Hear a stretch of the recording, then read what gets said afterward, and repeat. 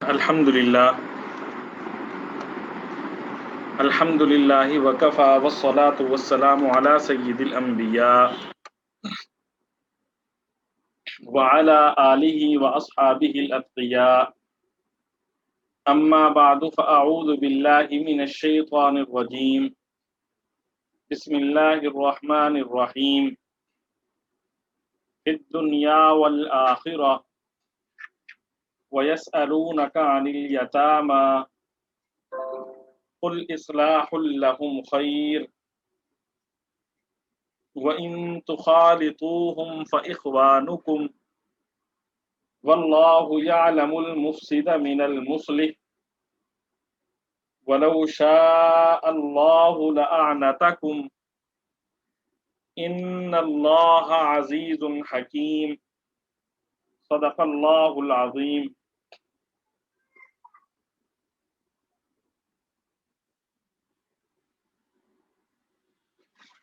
فی الدنیا والآخرہ، دنیا اور آخرت میں، فی الدنیا والآخرہ، دنیا اور آخرت میں، وَيَسْأَلُونَكَ، اور وہ آپ سے پوچھتے ہیں، عن الیتامی، یتیموں کے بارے میں، قل، آپ کہیے، اصلاح لہم خیر، اصلاح بھلائی چاہنا، لہم ان کی، خیرن نیک کام ہے، نیکی کا کام ہے، اچھا کام ہے۔ قل اصلاح لہم خیر، آپ کہیے ان کی بھلائی چاہنا نیکی ہے۔ فی الدنیا والآخرہ، دنیا کے بارے میں بھی اور آخرت کے بارے میں بھی۔ وَيَسْأَلُونَكَ عَنِ الْيَتَامَى، اور لوگ آپ سے یتیموں کے بارے میں پوچھتے ہیں۔ قُلْ إِصْلَاحٌ لَهُمْ خَيْرٌ، آپ کہہ دیجئے کہ ان کی بھلائی چاہنا نیک کام ہے۔ وَإِن تُخَالِطُوهُمْ، وَإِن تُخَالِطُوهُمْ، وَإِن اور اگر، تخالطو تم مل جل کر رہو، ہم ان سے، وَإِن تُخَالِطُوهُمْ، اور اگر تم ان کے ساتھ مل جل کر رہو، فَإِخْوَانُكُمْ، تو وہ تمہارے بھائی ہیں، فَإِخْوَانُكُمْ، تو وہ تمہارے بھائی ہیں، وَإِن تُخَالِطُوهُمْ فَإِخْوَانُكُمْ، اور اگر تم ان کے ساتھ مل جل کر رہو تو وہ تمہارے بھائی ہی ہیں۔ واللہ یعلم، اور اللہ جانتا ہے، المفسد، فساد کرنے والے کو، من المصلح، اور اصلاح کرنے والے کو۔ واللہ یعلم المفسد من المصلح، اور اللہ خوب جانتا ہے کہ کون معاملات بگاڑنے والا اور کون سنوارنے والا ہے۔ وَلَوْ شَاءَ اللَّهُ، اور اگر چاہے اللہ تعالی، لَأَعْنَتَكُمْ، تو مشکل میں ڈال دے تمہیں۔ وَلَوْ شَاءَ اللَّهُ لَأَعْنَتَكُمْ، اور اگر اللہ چاہتا تو تمہیں مشکل میں ڈال دیتا۔ ان اللہ عزیز حکیم، بے شک اللہ عزیز، زبردست اقتدار والا، حکیم، حکمت والا ہے۔ ان اللہ عزیز حکیم، یقیناً اللہ کا اقتدار بھی کامل ہے اور حکمت بھی کامل ہے۔ گزشتہ سبق میں یہ بات سامنے آئی تھی کہ صحابہ اکرام رضوان اللہ تعالی علیہم اجمعین حضور صلی اللہ علیہ وآلہ وسلم سے بہت سے سوالات پوچھتے رہتے تھے تاکہ انہیں دینی مسائل کا علم رہے، اور جو مسائل ہیں انہیں ان کے بارے میں کسی قسم کی کوئی پریشانی انہیں نہ اٹھانا پڑے۔ تو وہ حضور صلی اللہ علیہ وآلہ وسلم سے وقتاً فوقتاً سوالات کرتے رہتے تھے۔ تو انہی سوالوں میں سے کچھ سوالات اللہ تعالیٰ نے یہاں پہ ذکر کیے ہیں، کچھ سوالات گزر گئے اور کچھ کا ذکر آ جائے گا اور کچھ آگے بھی آئیں گے انشاءاللہ تعالی۔ تو آج کا جو سوال ہے جو ابھی ہم نے پڑھا، اس میں حق تعالی شانہ نے یتیموں کا جو مال ہے اس کا کچھ حکم بیان کیا ہے۔ اصل میں پیچھے ہم پڑھ چکے ہیں دوسرے پارے ہی میں کہ اللہ تعالیٰ نے فرمایا وَلَا تَأْكُلُوا أَمْوَالَكُمْ بَيْنَكُمْ بِالْبَاطِلِ، آپس میں ایک دوسرے کا مال حرام طریقے سے نہ کھاؤ۔ اور اسی طرح مال کے استعمال کے بارے میں اور بھی بہت ساری ہدایات قرآن میں بھی ہیں، احادیث میں بھی ہیں۔ تو حق تعالی شانہ نے اور حضور صلی اللہ علیہ وآلہ وسلم نے جب صحابہ کرام رضوان اللہ تعالی علیہم اجمعین کو یہ مسئلہ سمجھایا کہ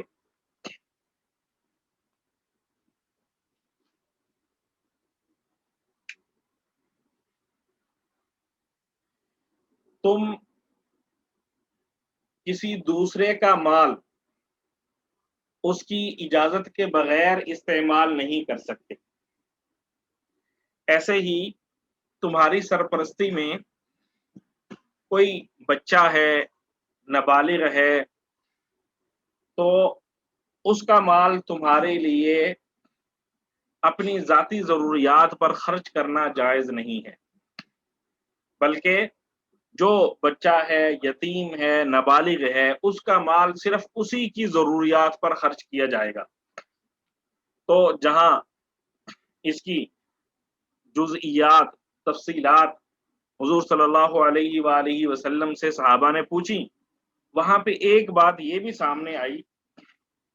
کہ حضور صلی اللہ علیہ وآلہ وسلم نے صحابہ کو مسئلہ بتایا کہ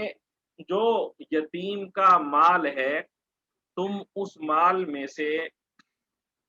اس کے کھانے پینے کی جو ضروریات ہیں ان پر خرچ کر سکتے ہو۔ یتیم کا مال اس کے کھانے پینے کی جو ضروریات ہیں ان پر خرچ کر سکتے ہو، لیکن اس معاملے میں انتہائی محتاط رہنا ہے۔ محتاط کیسے رہیں؟ یہ نہیں ہونا چاہیے کہ تم ہانڈی پکاؤ، کھانا تیار کرو اور کھانے کا سارا خرچ یتیم کے مال سے لے لو، اس میں سے خود بھی کھاؤ اور یتیم کو بھی کھلاؤ۔ نہیں، بلکہ حضور صلی اللہ علیہ وآلہ وسلم نے فرمایا کہ جتنا یتیم کے کھانے کی ضرورت ہے اتنا ادھر سے لو، اور جتنا تمہیں کھانے کی ضرورت ہے اتنا اپنے پاس سے لو۔ تو صرف بقدر ضرورت یتیم کا مال استعمال کرنے کی گنجائش ہے، اس کے علاوہ استعمال کرنا جائز نہیں ہے۔ اور اس میں حضور صلی اللہ علیہ وآلہ وسلم نے یہ بھی بتلایا صحابہ کرام کو کہ سب سے بہتر صورت اور اعلیٰ صورت یہ ہے کہ جن گھروں میں یتیم ہیں ان کے لیے الگ کھانا تیار کیا جائے جس میں صرف یتیم کا مال ہو، اور دوسرے جو لوگ ہیں وہ اپنے مال سے ان کا الگ کھانا تیار ہو، تاکہ تھوڑا سا بھی شائبہ نہ رہے۔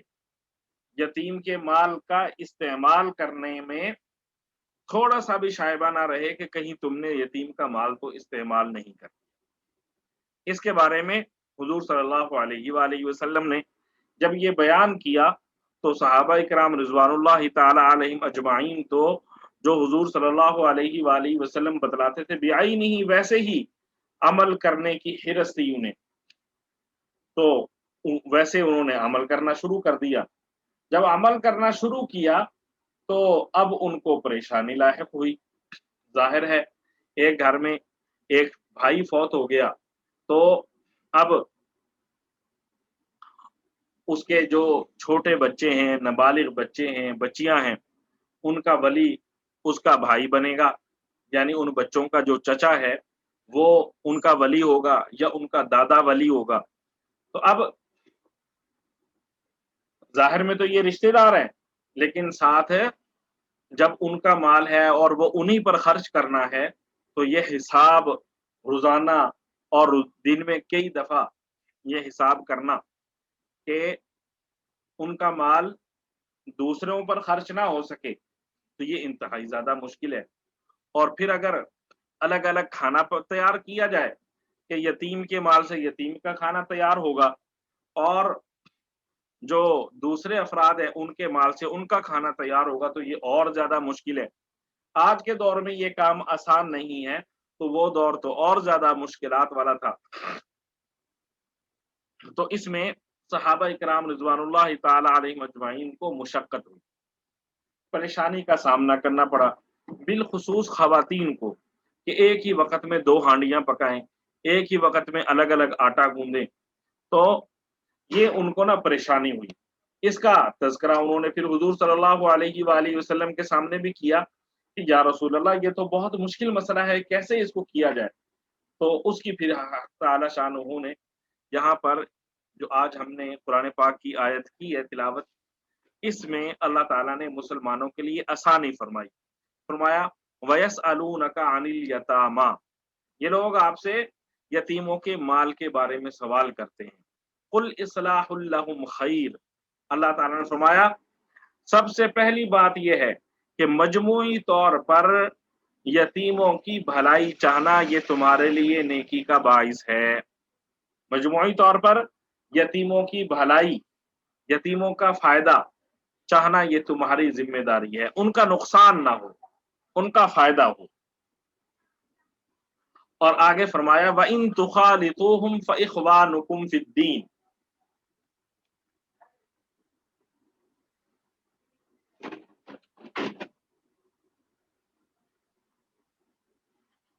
اگر الگ الگ کھانا پکانے میں مشقت ہو رہی ہے اور تم اکٹھا کھانا پکا لو تو شرعن اس کی بھی گنجائش ہے۔ یہ آسانی دی اللہ تعالیٰ نے ان آیات میں، وَإِن تُخَالِطُوهُمْ فَإِخْوَانُكُمْ، اگر تم ان کی کھانے کی جو چیز ہے اس کو اپنے کھانے کی چیز کے ساتھ ملا لو۔ مثال کے طور پہ ایک یتیم ہے، اب اس کو تو 2 روٹیوں کی ہی ضرورت ہے نا ایک وقت میں، تو تم اپنے آٹے کے ساتھ اتنا آٹا یتیم کا بھی ملا لو جتنا اس کی ضرورت کا ہے، اور پھر اکٹھا ہی گوند کے اکٹھی روٹی پکا لو تو شرعن اس کی گنجائش ہے۔ موجودہ دور میں آپ اس کو یوں بھی کر سکتے ہیں کہ پورے مہینے کا جو خرچ ہے یتیم کا وہ آپ اپنے رقم کے ساتھ ملا لیں اور اکٹھا جو ہے وہ راشن لے آئیں، تو شرعن اس کی بھی گنجائش ہے۔ بہرحال یہ جب آیت نازل ہوئی تو خواتین خوش ہوئیں، صحابہ اکرام رضوان اللہ تعالی علیہم اجمعین کو خوشی حاصل ہوئی کہ جو مشقت تھی ہم پر وہ اللہ تعالیٰ نے ہم سے اٹھا لی ہے۔ اور اللہ تعالیٰ نے پھر آگے واضح کر دیا واللہ یعلم المفسد من المصلح، اللہ تعالیٰ تم میں سے فساد کرنے والے کو بھی اچھی طرح جانتا ہے، اور جو اصلاح کا خوگر ہے، اصلاح کرنا چاہتا ہے تو اللہ تعالیٰ اس کو بھی جانتا ہے۔ یہ نہ ہو کہ تم ہیلے بہانوں سے یتیم کا مال کھانے کی کوشش کرو، ہیلے بہانوں سے یتیم کا مال استعمال کرنے کی کوشش کرو گے تو اللہ تعالیٰ عالم الغیب ہے، علیم بذات الصدور ہے، تو اللہ تعالیٰ تمہاری جو گڑبڑ ہے، تمہاری جو نیت کی خرابی ہے، ان سب کو اللہ تعالیٰ معلوم کر لے گا۔ اللہ تعالیٰ کو ان سب چیزوں کا علم ہے۔ بہرحال آج کا جو دور ہے ہمارا، اس کو اگر ہم دیکھیں تو ہم تو بعض اوقات دوسرے کا مال ہڑپ کرنے کی کوشش کر رہے ہوتے ہیں کہ اس کا سارا مال ہڑپ کر جائے، اور یہ جو چھوٹی چھوٹی احتیاطیں ہیں کہ کسی کے مال کا تھوڑا سا حصہ بھی ہم استعمال نہ کریں، یہ تو چند افراد ہوں گے جو اس طرح وہ احتیاط برتتے ہیں۔ ہمیں احتیاط کی ضرورت ہے، اور یہ احتیاط دین پر عمل، نمازوں کی پابندی اللہ تعالیٰ کیسے عطا فرماتے ہیں؟ یہ اللہ نے ایک نظام بنایا ہے۔ وہ نظام کیا ہے؟ نیک لوگوں کی صحبت اختیار کی جائے، نیک لوگوں کے ساتھ تعلق کو قائم کیا جائے۔ جب نیک لوگوں کے ساتھ تعلق کو قائم ہوگا تو اس کی برکت کے نتیجے میں اللہ تعالی ہمیں دین پر عمل کرنے کی توفیق عطا فرما دیں گے۔ آگے ایک اور بڑا اہم حکم مسلمانوں کے حوالے سے آ رہا ہے، اور آج کا جو موجودہ دور ہے اس میں ہمارے لیے یہ بہت اہم آیت ہے۔ فرمایا وَلَا تَنكِحُوا الْمُشْرِكَاتِ حَتَّى يُؤْمِنْ وَلَأَمَةٌ مُؤْمِنَةٌ خَيْرٌ مِّن مُّشْرِكَةٍ وَلَوْ أَعْجَبَتْكُمْ وَلَا تُنكِحُوا الْمُشْرِكِينَ حَتَّى يُؤْمِنُوا وَلَعَبْدٌ مُّؤْمِنٌ خَيْرٌ مِّن مُّشْرِكٍ وَلَوْ أَعْجَبَكُمْ أُولَٰئِكَ يَدْعُونَ إِلَى النَّارِ وَاللَّهُ يَدْعُو إِلَى الْجَنَّةِ وَالْمَغْفِرَةِ بِإِذْنِهِ وَيُبَيِّنُ آيَاتِهِ لِلنَّاسِ لَعَلَّهُمْ يَتَذَكَّرُونَ۔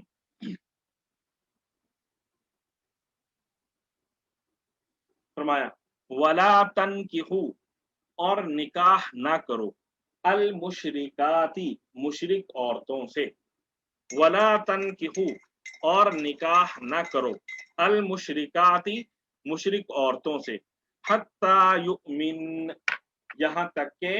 وہ ایمان لے آئیں، وَلَأَمَةٌ اور یقیناً اما باندی،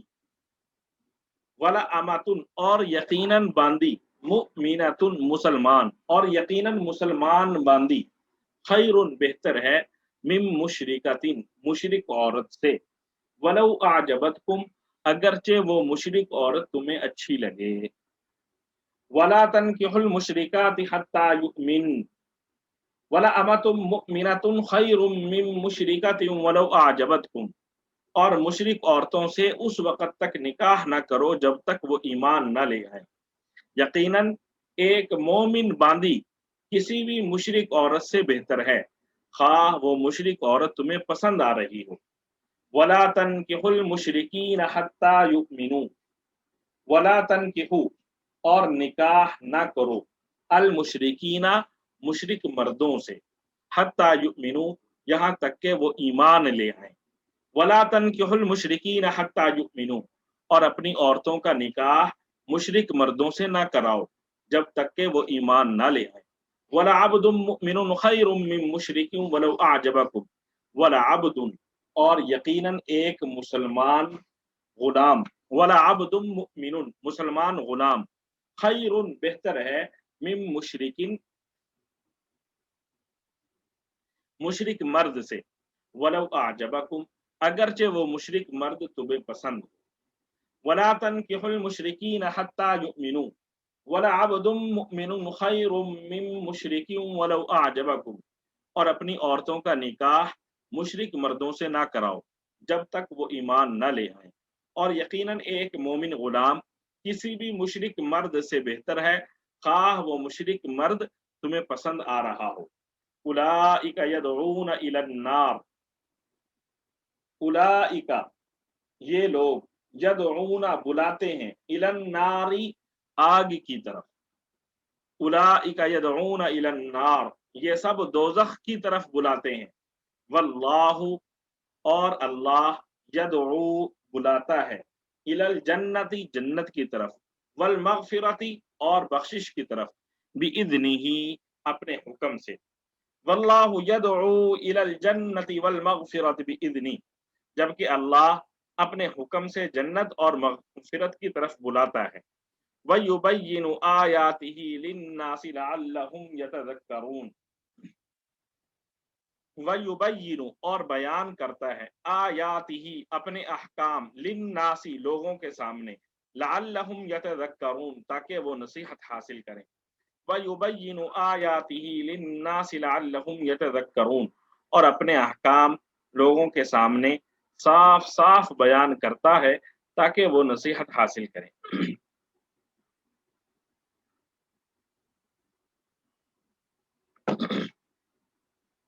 یہ بڑی اہم آیت ہے۔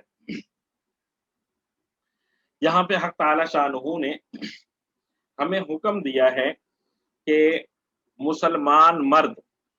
کل بھی اس کے بارے میں کچھ باتیں ہوئی تھیں اور آج بھی، کل جو مسئلہ گزرا تھا وہ تھا مرتد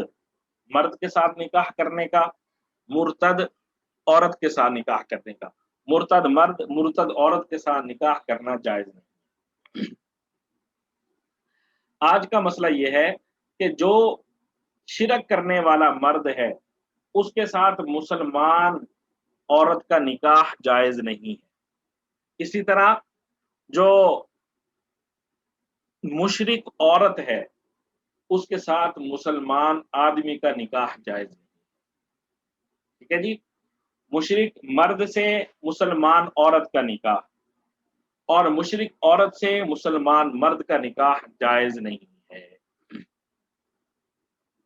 جیسے ہندو ہیں وہ بتوں کو پوجتے ہیں، پارسی ہیں جو آگ کی پوجا کرتے ہیں، اور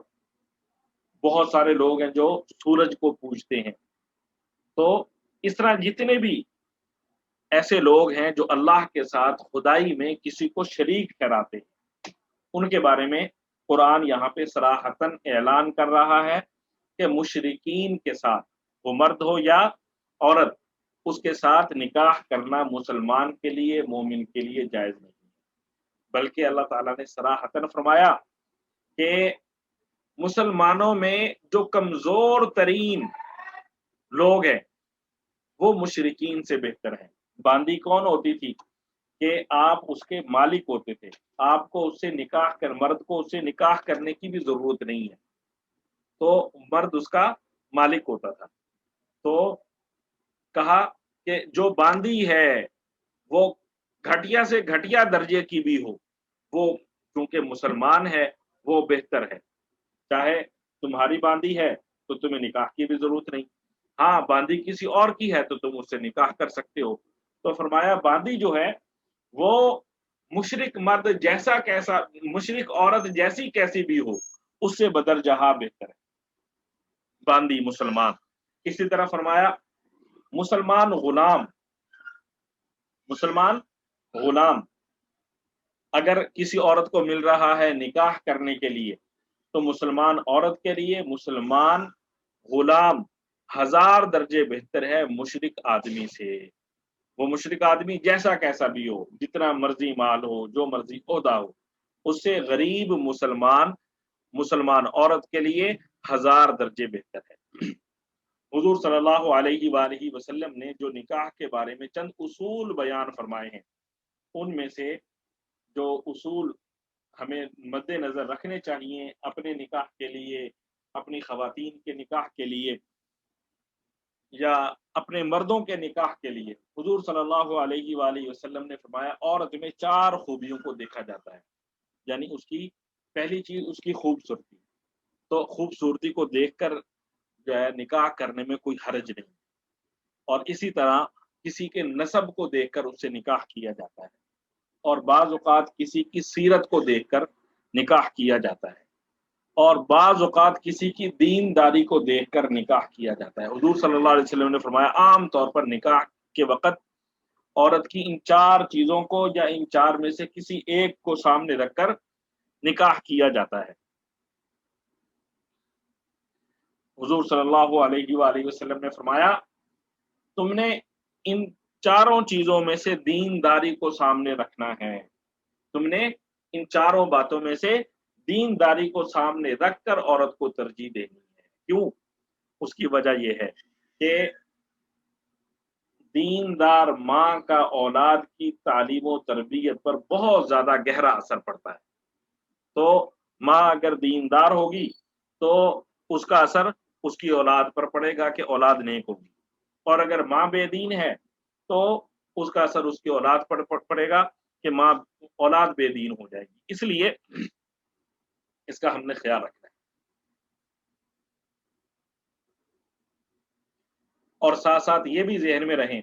بہت سارے لوگ ایسے ہیں جو ہم مسلمانوں کے ساتھ رہتے ہیں اور بعض اوقات وہ ہمیں اپنے آپ کو مسلمان کہلا رہے ہوتے ہیں،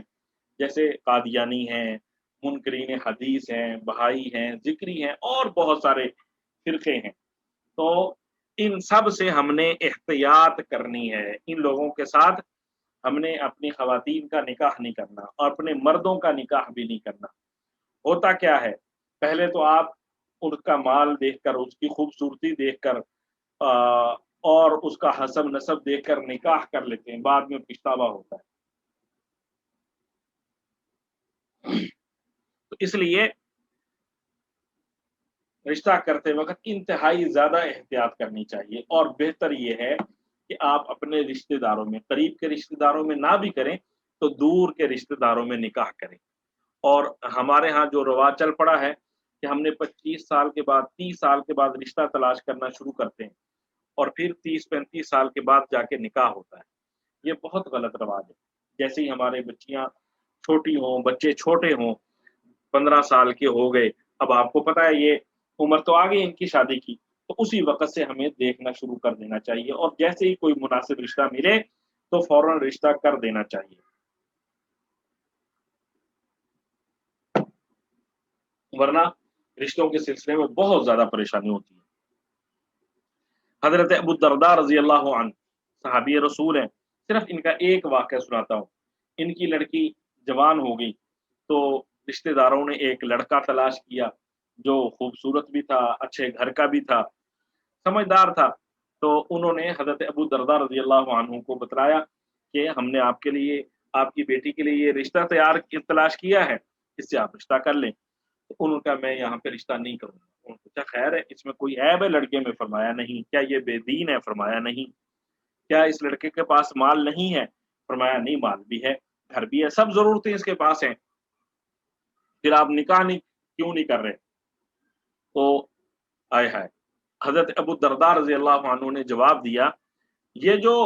شخص ہے، یہ جو لڑکا ہے، اس کے گھر میں لونڈیاں کام کرتی ہیں، باندیاں کام کرتی ہیں۔ جب لونڈیاں، ملازمین، خدمتگار کام کرتے ہیں تو اس کے نتیجے میں میری بچی کام نہیں کر سکے گی، گھر کے کھانا پکانا ہے، صفائی کرنی ہے، تو وہ تو سارے ملازمین، لونڈیاں، غلام کریں گے نا، تو میری بچی اپنے ساس اور اپنے سسر کی خدمت نہیں کر سکے گی۔ جب وہ ان کی خدمت نہیں کرے گی، اس کی وجہ سے اس کے ہاتھ سے جنت نکل جائے گی۔ تو اس وجہ سے حضرت ابو الدرداء رضی اللہ عنہ نے اپنی بیٹی کا وہاں رشتہ کرنے سے انکار کر دیا۔ اور آج ہم دیکھیں، ہم تو تلاش ہی ایسا گھر کرتے ہیں جہاں پہ ہماری بچیوں کو کام کرنا ہی نہ پڑے، جبکہ دیکھا جائے تو یہ جو خدمت ہے بزرگوں کی، یہ ان کے لیے جنت کے دروازے کھول رہی ہوتی ہے، لیکن آج ہم یہ جو خدمت ہوتی ہے اسی کو زحم شمار کر رہے ہوتے ہیں۔ فرمایا وَلَا تُنْكِحُوا الْمُشْرِكِينَ حَتَّى يُؤْمِنُوا، اپنی عورتوں کا نکاح مشرک مردوں سے نہ کرواؤ جب تک کہ وہ ایمان نہ لے آئیں۔ وَلَا عَبْدٌ مُؤْمِنٌ خَيْرٌ مِّن مُشْرِكٍ وَلَوْ أَعْجَبَكُمْ، اور یقیناً ایک مومن غلام کسی بھی مشرک مرد سے بہتر ہے، خواہ وہ مشرک مرد تمہیں پسند آ رہا ہو۔ ٹھیک ہے جی، اگرچہ وہ مشرک مرد تمہیں شکل و صورت کے اعتبار سے اچھا لگے، مال کے لحاظ سے اچھا لگے، تعلیم کے لحاظ سے بہت اچھا لگے، عہدے کے لحاظ سے کسی بھی وجہ سے ہو، فرمایا ایسے لوگوں سے نکاح نہیں کرنا۔ کیوں نہیں کرنا؟ فرمایا اولئک یدعون الی النار، یہ لوگ تمہیں آگ کی طرف بلاتے ہیں۔ جب ان سے نکاح ہو جائے گا تو آپ کی اولاد پر آپ کا کنٹرول نہیں ہوگا۔ واللہ یدعو الی الجنۃ والمغفرۃ باذنہ، جبکہ اللہ اپنے حکم سے جنت اور مغفرت کی طرف بلاتا ہے، تو ایسے لوگوں سے نکاح نہیں کرنا۔ اور ہم مسلمان ہیں، جو یہ سارا حکم کیوں دیا جا رہا ہے؟ اس لیے کہ بعد میں اپنی اولاد ہمارے کنٹرول میں نہیں رہے گی۔ تو اللہ تعالیٰ سے دعا ہے، اللہ تعالیٰ ہمیں اپنی اولادوں کی نگرانی کرنے کی توفیق عطا فرمائے۔ یہ ہم مسلمان ہیں تو ہمیں موجودہ دور میں جو فتنے چل رہے ہیں ان فتنوں سے اپنی اولاد کی حفاظت کرنی ہے، اور حفاظت کرنے کا بہترین ذریعہ یہ ہے کہ ہم اپنی اولادوں کی نگرانی رکھیں کہ وہ کیا دیکھ رہے ہیں، کیا کر رہے ہیں، کن کے ساتھ دوستی ہے، اس چیز کی نگرانی رکھیں۔ آگے ارشاد فرمایا وَيَسْأَلُونَكَ عَنِ الْمَحِيضِ قُلْ هُوَ أَذًى فَاعْتَزِلُوا النِّسَاءَ فِي الْمَحِيضِ وَلَا تَقْرَبُوهُنَّ حَتَّى يَطْهُرْنَ فَإِذَا تَطَهَّرْنَ فَأْتُوهُنَّ مِنْ حَيْثُ أَمَرَكُمُ اللَّهُ إِنَّ اللَّهَ يُحِبُّ التَّوَّابِينَ وَيُحِبُّ الْمُتَطَهِّرِينَ۔ وَيَسْأَلُونَكَ، اور وہ آپ سے پوچھتے ہیں، عَنِ الْمَحِيضِ حیض کے بارے میں، قل آپ کہیے، ہوا اذن وہ گندگی ہے، فاعتزلوا لہذا الگ رہو النساء عورتوں سے فی المحیض حیض کے دنوں میں ولا تقربوہن اور ان سے قربت نہ کرو حتی یطہرن یہاں تک کہ وہ پاک ہو جائے ویسألونک عن المحیض اور لوگ آپ سے حیض کے بارے میں پوچھتے ہیں قل هو اذن فاعتزلوا النساء فی المحیض ولا تقربوہن حتی یطہرن آپ کہہ دیجئے کہ وہ گندگی ہے لہذا حیض کی حالت میں عورتوں سے الگ رہو اور ان سے قربت یعنی جماع نہ کرو جب تک وہ پاک نہ ہو جائیں فَإِذَا تَطَهَّرْنَ پھر جب وہ پاک ہو جائیں فَأْتُوهُنَّ تو تم جاؤ ان کے پاس من حیث جس طریقے سے امرکم اللہ حکم دیا ہے تمہیں اللہ نے فَإِذَا تَطَهَّرْنَ فَأْتُوهُنَّ مِنْ حَيْثُ أَمَرَكُمُ اللَّهُ ہاں جب وہ پاک ہو جائیں تو ان کے پاس اسی طریقے سے جاؤ جس طرح اللہ نے تمہیں حکم دیا ہے ان اللہ یحب التوابین و یحب المتطہرین ان اللہ یقینا اللہ یحب محبت کرتا ہے التوابین توبہ کرنے والوں سے رجوع کرنے والوں سے و یحب اور محبت کرتا ہے المتطہرین خوب پاک صاف رہنے والوں سے ان اللہ یحب التوابین و یحب المتطہرین بے شک اللہ ان لوگوں سے محبت کرتا ہے جو اس کی طرف کثرت سے رجوع کریں اور ان سے محبت کرتا ہے جو خوب پاک صاف رہے دیکھیں یہ اللہ تعالیٰ کا نا ایک نظام ہے کہ اللہ تعالیٰ نے انسان کو دو جنسوں میں تقسیم کر دیا مرد اور عورت میں ہیں تو دونوں انسان لیکن مرد کی افزائش اور انداز سے اللہ تعالیٰ فرماتے ہیں اور عورت کی وضع قطع ساخت اللہ تعالیٰ نے اور انداز میں پیدا کی ہے پھر اللہ تعالیٰ نے یہ جو عورتوں کے پیٹ کا نظام ہے اس میں اللہ تعالیٰ نے پیدائشی طور پر خوراک کا عجیب و غریب نظام بنایا ہے جب یہ عورت بچی ہوتی ہے ابھی بلوغ کے قریب ہوتی ہے تو اس کو ماہواری شروع ہوتی ہے جو ہر ماہ جو ہے نا ماہواری کی صورت میں آتی ہے اور پھر جب اس کی شادی ہو جاتی ہے اور حمل ٹھہر جاتا ہے تو یہ جو ماہواری والا خون ہر ماہ آتا تھا یہ بند ہو جاتا ہے اور یہ جو خون ہے اس بچے کی خوراک بن جاتا تھا پہلے کہتے تھے یہ گندا خون ہے اور اب جب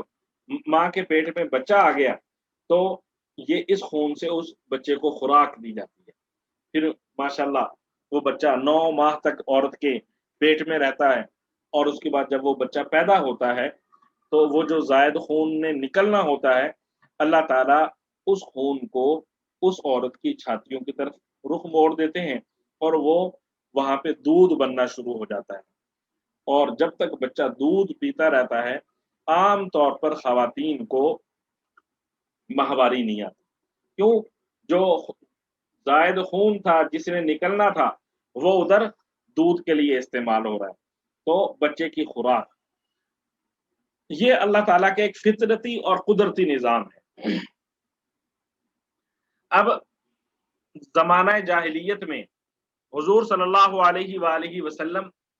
کی جب تشریف آوری ہوئی تو اس وقت جو یہود تھے وہ کیا کرتے تھے جس عورت کو ماہواری آتی تھی اس کو بالکل الگ تھلگ کر دیتے تھے اس کے ہاتھ سے نہ کھانا لینا ہے نہ پانی لینا ہے نہ اسے کپڑے دھلوانے ہیں جیسے یہ پتنی زمانے کی سب سے نکمی چیز ہے اس کو اس طرح کر کے رکھ دیتے تھے حالانکہ ظاہر ہے اس کو صرف ماہواری ہی آ رہی ہے نا خاتون کو اور تو کچھ بھی نہیں ہے وہ ہماری طرح انسان ہے سارا کچھ ساتھ ہے اور دوسری طرف عرب کا معاشرہ تھا ادھر یہود تو یہ کرتے تھے کہ اس کو بالکل الگ کر دیا اور جو عرب تھے وہ کیا کرتے تھے اس کا خیال ہی نہیں کرتے تھے حتیٰ کہ ماہواری کے دنوں میں اسے ہم بستری بھی کرتے تو ماہواری کے دنوں میں خواتین سے ہم بستری کرنا یہ مردوں کے لیے بھی نقصان دہ ہے خواتین کے لیے بھی نقصان دہ ہے تو صحابہ کرام رضوان اللہ تعالی علیہم اجمعین ابتدائی دنوں میں تو کچھ شرمائے کہ یہ عجیب سا سوال ہے حضور صلی اللہ علیہ وسلم سے کیسے کریں بالآخر ہمت کی اور حضور صلی اللہ علیہ وآلہ وسلم سے انہوں نے سوال کیا یا رسول اللہ یہ مسئلہ ایسے ہے یہود کا تو یہ معاملہ ہے کہ وہ عورتوں کے قریب بھی نہیں جاتے ماہواری کے دنوں میں اور ان سے کوئی چیز لیتے بھی نہیں ہے. اور ادھر یہ جو مشرکین عرب ہیں یہ ان سے ہم بستری بھی کر لیتے ہیں ماہواری کے دنوں میں، تو ہم کیا کریں؟ تو اس پر اللہ تعالیٰ نے یہ حکم نازل کیا، قل ہوا اذن، بتلا دیا یہ گندگی ہے. یہ حیض کا جو خون آ رہا ہے یہ کیا ہے؟ گندگی ہے، پاک چیز نہیں ہے، اچھی چیز نہیں ہے، گندگی ہے بہرحال. اور فرمایا فاعتزلوا النساء فی المحیض، حیض کی حالت میں عورتوں سے الگ رہو، فلا ولا تقربوہن، ان سے قربت یعنی جماع نہ کرو، حتی یطہرن، جب تک کہ یہ پاک نہ ہو جائے. فَإِذَا تَطَهَّرْنَ فَأْتُوهُنَّ مِنْ حَيْثُ أَمَرَكُمُ اللَّهُ، جب یہ پاک ہو جائے تو پھر اللہ تعالیٰ نے جیسے ان کے پاس جانے کا طریقہ جو بتایا ہے اس کے مطابق ان کے پاس جاؤ. اس کا حاصل کیا ہوا؟ پابندی کس بات پر ہے؟ پابندی صرف اس بات پر ہے کہ حیض کے دنوں میں بیوی سے صحبت نہیں کرنی. حیض کے دنوں میں بیوی سے صحبت نہیں کرنی. صحبت کے علاوہ باقی سب میاں بیوی کر سکتے ہیں. لہذا وہ عورت گھر میں صفائی بھی کر سکتی ہے،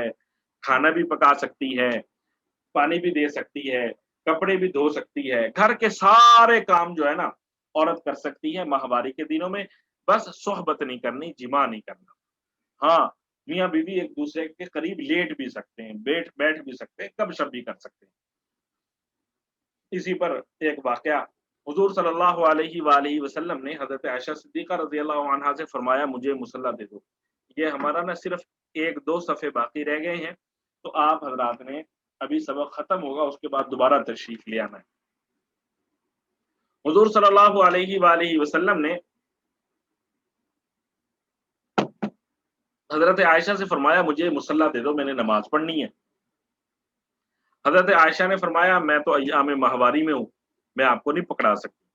تو حضور صلی اللہ علیہ وسلم نے بڑا پیارا جواب دیا، فرمایا ماہواری تیرے ہاتھ کے ساتھ تو نہیں ہے، تم ہاتھ سے چیزیں تو پکڑا سکتی ہو. یعنی جو یہودیوں والی چیز تھی اس کی تردید کر دی کہ وہ کیا کرتے تھے، اس کو بالکل چھوت بنا دیتے تھے اور اچھوت، اور اس کے ساتھ کسی قسم کا معاملہ کرنا درست نہیں سمجھتے تھے. حضور صلی اللہ علیہ وسلم نے فرمایا نہیں، سارے تم کام کر سکتی ہو. تو حضرت عائشہ صدیقہ رضی اللہ عنہا سے حضور صلی اللہ علیہ وسلم نے فرمایا تم ہاتھ سے مصلی پکڑا سکتی. اسی طرح حضرت عائشہ صدیقہ رضی اللہ عنہا ہی کا واقعہ ہے. حضور صلی اللہ علیہ وسلم مسجد میں اعتکاف میں بیٹھ گئے.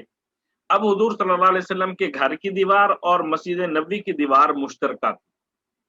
حضور صلی اللہ علیہ وآلہ وسلم کی دیوار میں ایک کھڑکی بھی لگی ہوئی تھی. اب حضور صلی اللہ علیہ وسلم چونکہ مسجد میں ہیں اعتکاف میں، تو حضور صلی اللہ علیہ وآلہ وسلم نے کھڑکی سے سر گھر کی طرف نکالا اور فرمایا کہ یہ جو میرا سر ہے نا اسے دھو دو. حضرت عائشہ صدیقہ رضی اللہ عنہا نے فرمایا کہ میں تو ایام ماہواری میں ہوں، میں کیسے آپ کا سر دھو سکتی ہوں؟ تو حضور صلی اللہ علیہ وسلم نے فرمایا کہ میرا سر ہاتھوں کے ساتھ ہی تو دھونا ہے. تو یہاں پر بھی حضور صلی اللہ علیہ وسلم نے رہنمائی فرما دی کہ جو خواتین ہیں وہ ایام ماہواری میں جو گھر کے کام کاج ہیں انہیں کر سکتی ہیں، وہ منع نہیں. یہاں پہ ایک اور واقعہ یاد آیا. بغداد شہر میں ایک خاتون تھی جس کا جو وہ خاتون مردہ خواتین کو غسل دیتی. ٹھیک ہے جی، مسئلہ یہ ہے کہ جو جب مرد فوت ہو جائے تو مرد کو مرد غسل دیں گے، عورت فوت ہو جائے تو عورت کو عورت غسل دے گی. تو یہ کام بغیر اجرت کے کرنا چاہیے، لیکن اگر کوئی پیسے لے تو پیسے لینا جائز ہے، منع نہیں. بہرحال وہ عورت جو بغداد میں مردہ خواتین کو غسل دیتی تھی وہ محدثین کے پاس آئی. حضرت یحییٰ ابن معین رحمۃ اللہ علیہ بہت بڑے محدث گزرے ہیں، تو امام بخاری رحمۃ اللہ علیہ کے بھی یہ استاد ہیں. ان کے پاس وہ خاتون آئی بغداد میں. اس نے کہا کہ میرا سوال یہ ہے کہ میں خواتین کو جب فوت ہونے کے بعد انہیں غسل دیتی ہوں، تو اب مجھے ماہواری آ گئی ہے اور ایک خاتون فوت ہو گئی ہے، میں نے اس کو غسل دینا ہے. اب مجھے بتائیں کہ اس حالت میں میں مردہ کو غسل دے سکتی ہوں یا نہیں، مردہ خواتین کو، تو میں اسے غسل دے سکتی ہوں یا نہیں؟ حضرت یحییٰ بن معین رحمۃ اللہ علیہ پریشان ہو گئے کہ ایسا سوال آج تک نہیں سنا۔ تو یہ جو ہمارے مفتیان اکرام ہوتے ہیں یہ پریشان ہو جاتے ہیں بعض اوقات کہ نیا سے نیا سوال، اس کا جواب کیسے دیا جائے۔ اچانک ان کے سامنے ایک اور محدث حضرت اسلم رحمۃ اللہ علیہ، وہ بھی بڑے چوٹی کے فقیہ تھے اور حدیثوں پر بھی ان کی نظر تھی،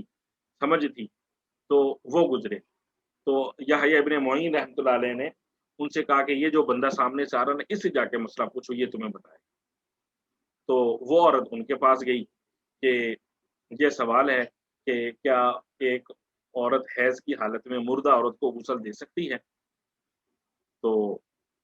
یہ جو امام اسلم رحمۃ اللہ علیہ تھے انہوں نے فوراً کہا دے سکتی۔ تو اب وہ عورت کیونکہ اس کو اس کے مسئلے کا جواب مل گیا، وہ چلی گئی کہ جی میں نے تو اپنا کام کرنا ہے۔ اب یہ جو محدثین تھے